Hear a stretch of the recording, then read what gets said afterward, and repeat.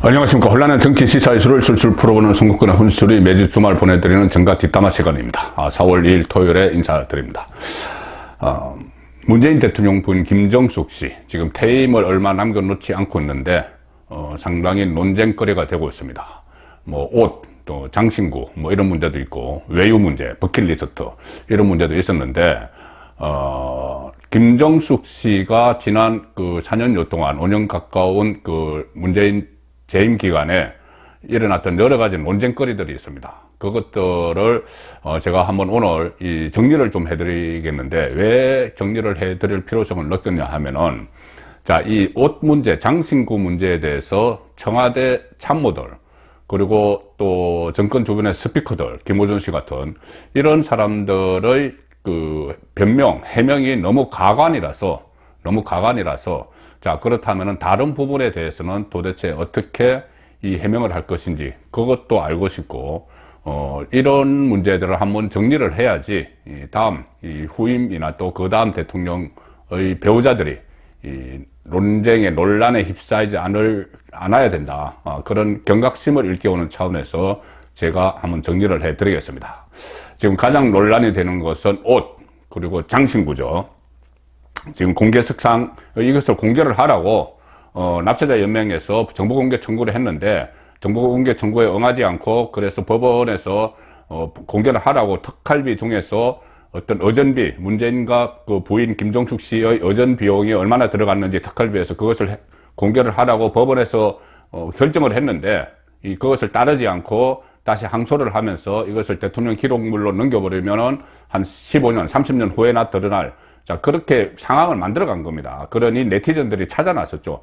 과연 옷을 얼마나 샀고 장신구를 얼마나 새로 했는지 그것을 찾아 놨으니, 공개석상에 나온 것, 공개석상 그 사진으로 찍힌 겁니다. 사진으로 찍힌 것, 뭐 외국에 가서든 국내 행사든 사진으로 찍혀서 지금 집계된 것만 옷이 178벌이죠.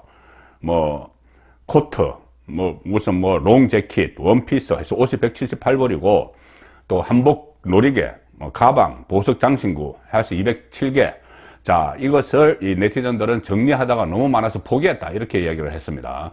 그래서 이 확인되지 않은 것, 지금 정리된 것만 이 정도 뭐 178벌, 207개면은 정리하지 못한 것까지 다 합하면은 대략 옷, 장신구를 계산을 해보면은 일주일에 하나씩 정도 장만을 했습니다. 일주일에 하나 정도 장만을 했습니다. 오늘 심평 변호사도 그 일주일에 하나라고 이야기를 했죠.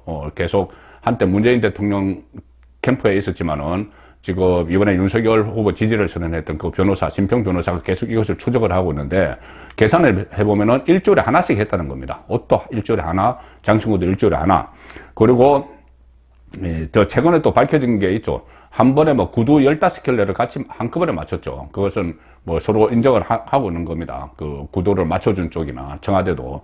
그리고 또 한복을 한 번에 뭐 한복 정장을 6벌, 뭐 구두 15켤레 뭐 이렇게 맞췄기 때문에 일주일에 하나 꼴로 충분히 이 새 옷, 새 장신구를 마련했다, 장만했다, 이렇게 되는데, 본인 돈으로 그렇게 사치를 했으면 뭐 쑥뚝 뭐 어떤 그 큰 지적거리는 되겠지만은, 그것이 뭐 비판을 받거나 아니면은 뭐 불법이다 이렇게는 안 되겠죠. 그런데 특활비 또는 제3의 이상한 돈으로 그것을 샀을 가능성이 지금 계속 제기가 되고 있는 겁니다.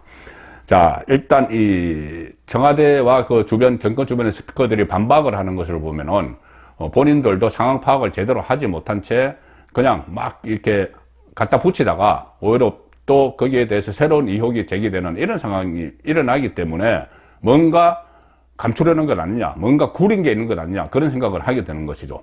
자, 가령 예를 들어서 의전 비서관인 탁현민은 이 김호준 방송에 나와서 그 전부 다 옷값 다 카드로 지불했다, 이렇게 자신있게 이야기했죠. 본인이 뭐 의전 비서관이 얼마나 그 김정숙 씨의 이 옷에 대해서 안다고. 김정숙 씨는 분명히 현금 다발을 그 유송화, 제2부속실 비서관 유송화가 현금 다발을 5만 원짜리를 가지고 다니면서 그것을 다 지불을 한 것이 확인이 됐죠.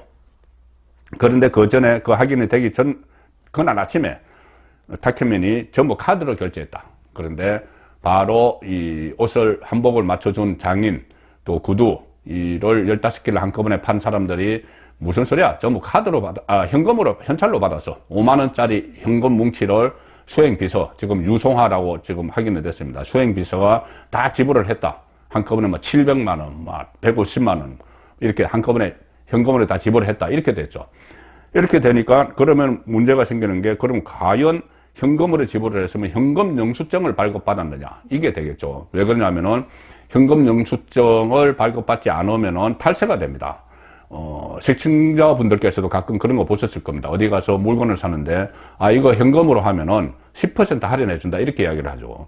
카드로 사면은 10%를 더 붙인다는 겁니다. 왜 그러냐면은 부가가치세가 붙기 때문이죠. 부가가치세 10%를 그냥 현금으로 사고 현금 영수증도 안 받으면은, 현금 영수증도 안 받고 그냥 현금으로 사면은 사는 쪽에서, 그러니까 파는 쪽에서는 부가가치세를 안 냅니다. 그리고 카드 수수료도 안 물죠. 그래서 이익이죠. 자, 그리고 사는 쪽에서도 10% 할인 받으니까 이익이죠. 그런데 결국은 탈세죠. 세금 안 내고 탈세하는 겁니다. 자, 그래서 이 청와대는 현금 영수증을 현금으로, 그래, 맞아, 현금으로 샀어. 우리가 잘못 알았어. 그런데 현금 영수증을 발급받으라고 지시를 했어. 이렇게 이야기합니다. 자, 김정숙 씨가 유성아에게 돈 가지고 그거 사면서 현금 영수증 꼭 발급받아 지시했다는 이야기입니다. 자, 그러면은, 그런데 그 옷을 판 쪽과 구두를 판 쪽에서는 아니야, 현금 영수증 달라는 말을 안 해서 안 줬어. 발급 안 했어. 이렇게 됩니다. 그러니 또 거짓말이죠. 거짓말인데 청와대가 교묘하게 그런 상황을 대비를 해서 지시를 했다. 이렇게 이야기를 했죠. 그러니 김정숙 씨는 지시를 했는데 수행한 비서가 지시에 안 따랐어. 그러면은 비서 잘못이지 김정숙은 잘못이 없어. 자, 이렇게 아주 교묘하게 지금 이야기를 하고 있습니다. 상황이 이렇게 되니까 난감해진 건 국세청이죠. 국세청이 이 현금 매출을 누락시키지 않고 또 카드 수수료도 정상적으로 지급이 되고 이렇게 원활한 유통을 위해서 계속 이 카드 사용을 권장을 합니다. 카드 사용을 권장해서 연말정산에서 빼주기도 하죠. 그리고 카드를 사용을 안 하면 현금을 가지고 거래를 하면 현금 영수증을 꼭 발급받으라. 이렇게 하죠. 세금 탈루를 막기 위해서. 그런데 대통령 부인이 아예 그냥 현금으로 하면서 현금 영수증도 발급받지 않았다. 그러면은 탈세, 10% 거기서 할인 받았는지도 모르겠습니다. 어쨌든, 재무당국에 잡히지가 않는 그런 거래를 막 하고 다닌 거죠. 이게 178벌, 207개 장신구, 이거 전부 다 현금으로 샀을 가능성도 지금 배제할 수 없죠. 지금까지 나온 게 다 현금으로 샀기 때문에. 그러면은 아예 그냥 탈세를 그냥 일주일에 한 번씩만 했다. 이렇게도 볼 수 있는 겁니다. 이거 다 현금으로 샀다면은. 그게 아니라면은 밝혀야죠. 뭐를 현금으로 샀고, 뭐를 카드로 샀고, 다 밝혀야 되는데, 지금 그냥 뭉뚱그립니다. 심지어 뭐라고 했냐면은, 이 현금으로 물건을 산 것이 장인 또는 디자이너에 대한 예우 차원이다. 예우 차원에서 현금으로 샀다. 이게 도대체, 이게 무슨 해명입니까? 예우 차원에서. 그러면은, 이 장인이나 디자이너는 그냥 탈세하시라고, 세금 내지 말라고, 그래서 현금을 줬고, 그리고 현금 영수증도 발급 안 받았다. 그냥 이거 탈세하세요. 거기서 돈 얼마나 많이 버신다고 이 세금까지 냅니까? 이렇게 했다는 이야기인가요? 청와대 대통령 부인이. 자, 그러니까 장인과 디자이너 예우를 위해서 탈세를 했다는 말인지, 상당히 납득이 안 가는 이런 일들이 있죠. 그리고 또 하나 새로 밝혀진 것이 문재인 부부 옷만 전담으로 관리하는 이 행정요원을, 6급 행정요원을 특채를 했는데, 그 행정요원 특채를 한 사람이 김정숙 씨가 과거부터 알고 지내던 디자이너의 딸을 청와대에 특채를 했습니다. 취임하자마자. 자, 그런데 그 특채된 사람의 국적이 프랑스입니다. 한국 사람이 아닙니다. 프랑스 국적을 가지고 있는 한인이죠. 자, 지금 청와대나 여러 가지 내교에 보면은, 인사지침 같은 데 보면은, 한국 국적이 아닌 사람은 일단 취업에 제한을 시키는 곳이 몇 군데 있습니다. 특히 국가 기밀을 다루는 곳, 이런 곳이 있습니다. 청와대죠. 근데 청와대에 버젓이 프랑스 국적 사람을 채용을 해서 외국에 나갈 때 그 사람을 대통령 전용기에 태워서 데리고 다녔다는 겁니다.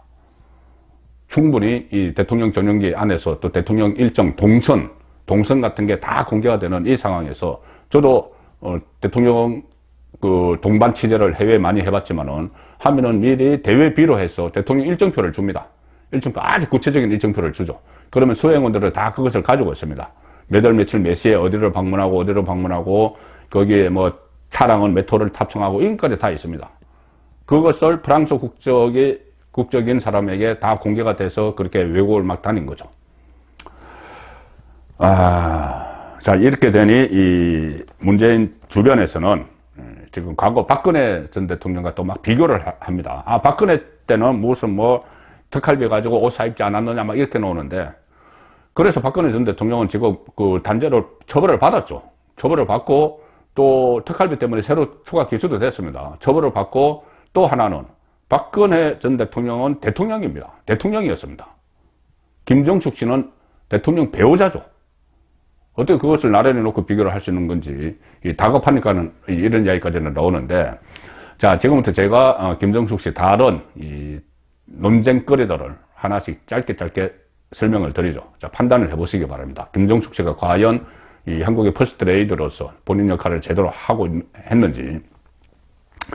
자, 김정숙 버킷리스트 이야기 많이 나왔죠. 살아생전에 꼭 하고 싶은 일을 적어 놓은 것이 버킷리스트죠. 2019년에 그 중앙일보에서 김정숙 여사의 버킷리스트, 그래서 칼럼을 써서 화제가 됐습니다. 그래서 그때 그 청와대가 반박을 하면서 이 정정보도 청구했는데 그거 받아들이지 않았죠. 그만큼 그거 정정보도 거래가 아니고 진실이라는 이야기입니다.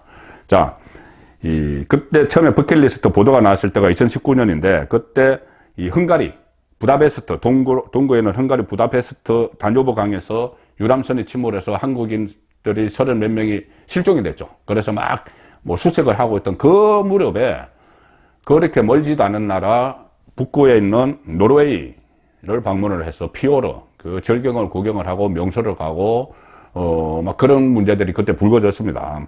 명소를 찾아다니면서 갔고, 또, 심지어 또 최근에 새로 밝혀진 것은 그 다뉴브 강에서 수색이 벌어지고 있는데, 한인들 수색이 벌어지고 있는데, 노르웨이에서 케이팝 공연을 관람을 했다. 케이팝 공연 처음에 이 관람하려다가 취소했다고 그때 보도가 됐는데, 나중에 최근에 확인된 것이 케이팝 공연까지 막 관람을 했다. 그 와중에 인근 나라에서는 한국인들, 이 실종자들 막 찾아다니고 있는데 케이팝 공연 관람하고 명소를 막 다닌 겁니다. 그리고 지금 뭐 간 곳은 무슨 뭐 저를 다 명성지를 돌아다녔는데, 문재인 재임 기간에 문재인이 30번 외국을 나갔습니다. 나라 수로는 30번이면은 막 몇 나라 다니니까는 한 50개국 가까이 다녔죠. 문재인이 30번 나갔는데, 자, 김정숙 씨가 28번을 나갔습니다. 45개국. 김정숙이 방문한 나라가 28번 나가서 45개국을 방문했는데, 이거 나라 수로 역대 1위입니다. 가장. 이 코로나 시국이죠. 코로나 시국에 과연 외국에서 이 한국의 그 대통령 부부가 더 부인까지 막 와가지고 유람지 찾아다니고 이거 하는 거 좋아했겠습니까? 근데 어쨌든 뭐 정상 외교 뭐 이런 명목으로 간다고 하니 그걸 뭐 초청을 하고 이랬겠죠. 그런데 이 코로나 지금 2019년 말부터 2020년부터죠. 2020년, 2021년, 2022년 이 코로나 이 시국에 외국을 가장 많이 다닌 그런 대통령 배우자를 기록을 했습니다. 문재인이 30번인데 28번 갔죠. 그런데 문재인과 같이 가지 않은 게 3번입니다. 한 번은 당일치기 일본 갈 때, 문재인이 당일치기 일본 갈 때, 그 다음에 이틀짜리 중국 갈 때, 5일짜리 미국 갈 때. 그거는 뭐 가봤자 뭐 유람을 할 수가 없죠. 당일치기, 이틀치기. 미국은 왔다 갔다 하는데도 뭐 2, 3일 걸리는데 5일짜리니까. 여기는 안 간 겁니다.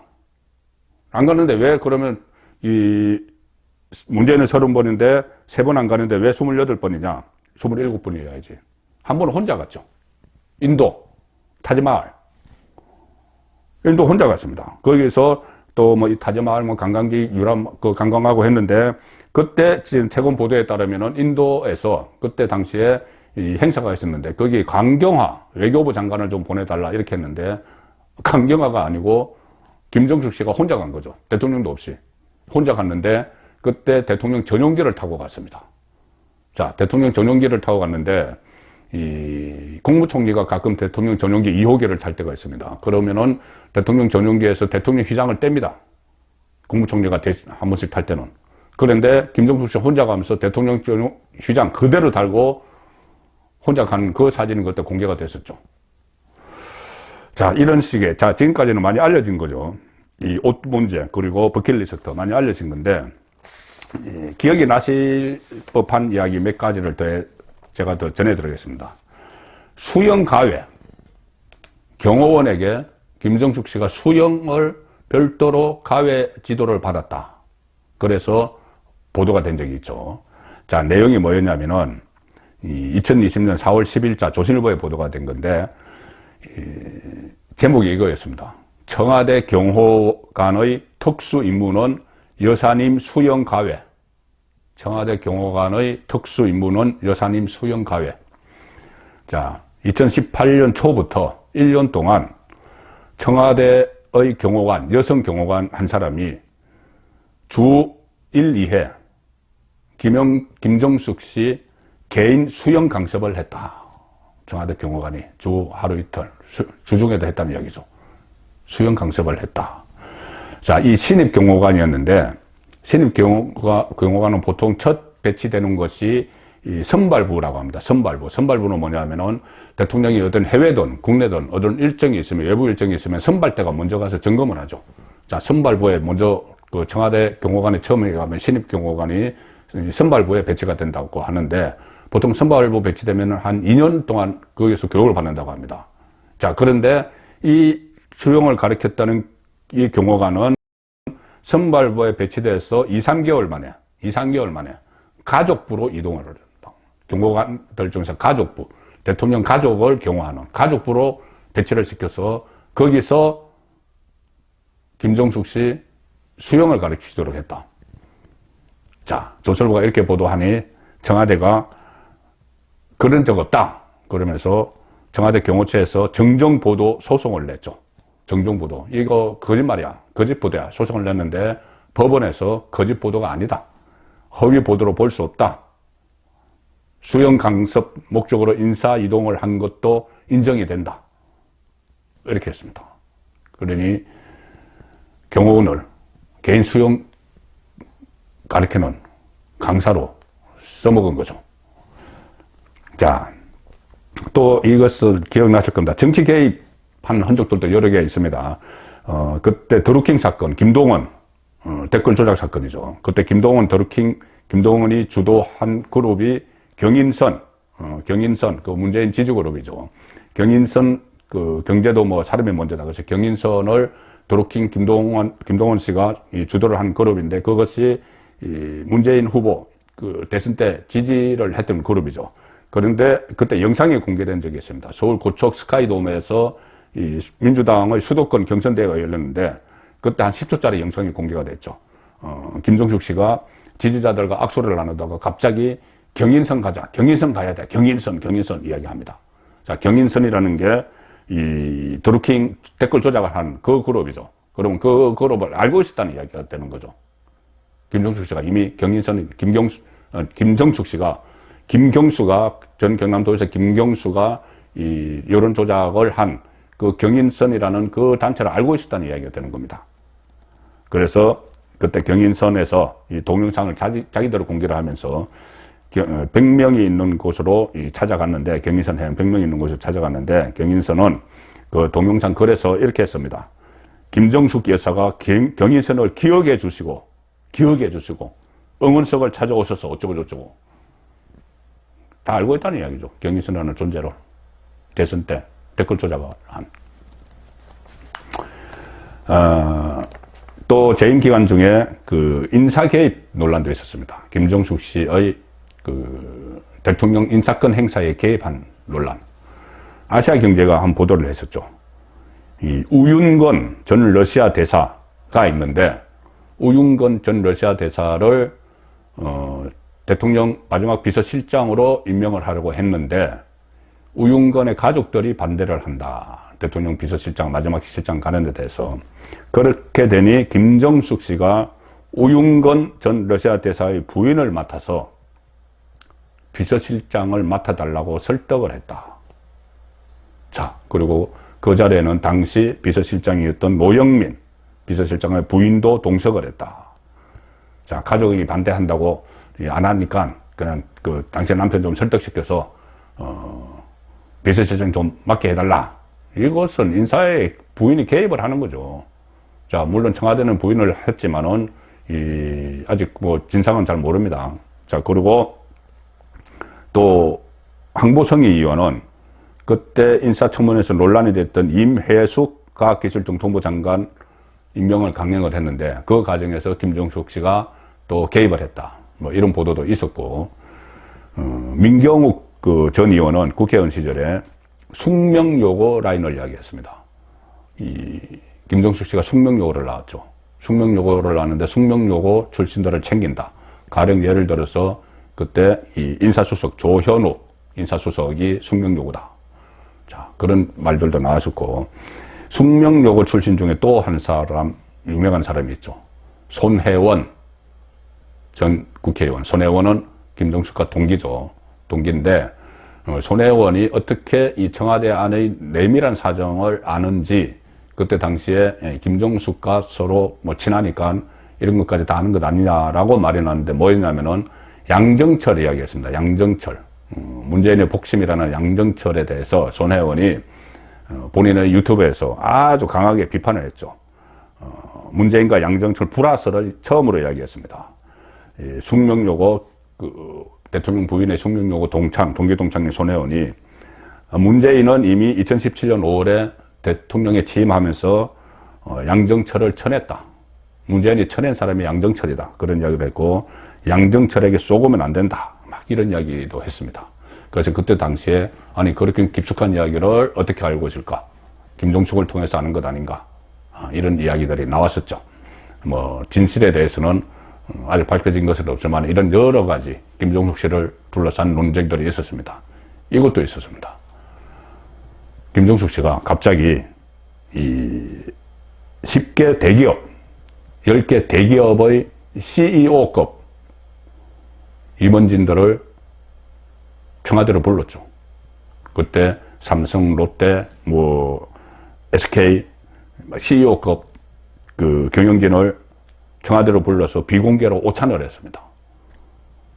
그래서 무슨 뭐 사회 공헌 어쩌고 뭐 했는데 그 전에 대기업에 대해서 박근혜 전 대통령이 그 무슨 뭐 최순실 씨가 주도가 돼서 대기업을 협찬을 받아서 미러재단 만들고 K스포츠재단 만들고 그렇게 난리가 났는데 대통령 부인이 대기업 총수급들을 비공개로 만나서 오찬을 한 거죠.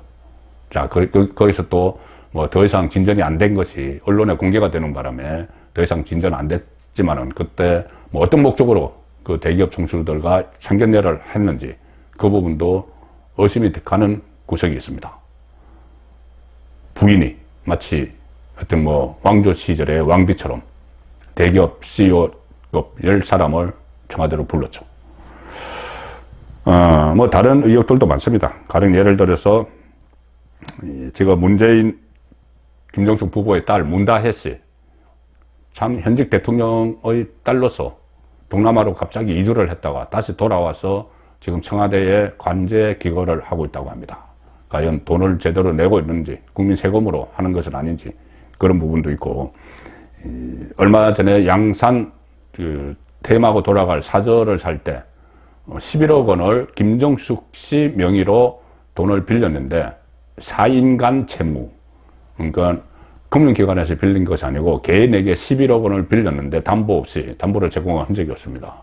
그리고 만약에 11억 원을 빌려준 사람이 가령 예를 들어서 공직에 있거나 아니면 기업을 하거나 여러 가지가 있으면은 대통령과 이해 충돌이 벌어질 수 있죠.